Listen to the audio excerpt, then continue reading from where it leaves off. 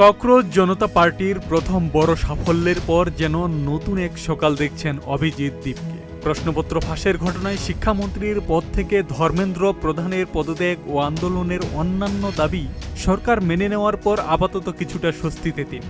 রোববার সকালে সামাজিক মাধ্যম এক্সে প্রকাশিত এক ভিডিও বার্তায় ৩০ বছর বয়সী এই আন্দোলনের মুখপাত্র বলেন, এখন আমি নিশ্চিন্তে ঘুমাতে পারি, নিজের ঘরে ঘুম থেকে উঠতে পারি।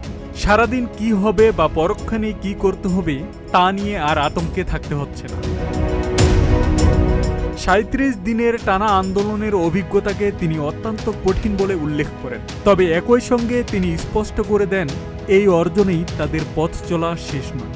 দীপকে বলেন, এটি কেবল শুরু। ককরোচ জনতা পার্টির সামনে এখনও দীর্ঘ পথ বাকি।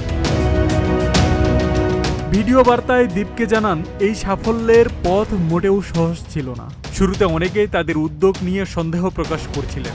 এরপরও যারা আন্দোলনের পাশে থেকেছেন তাদের প্রতি তিনি আন্তরিক কৃতজ্ঞতা প্রকাশ করেন।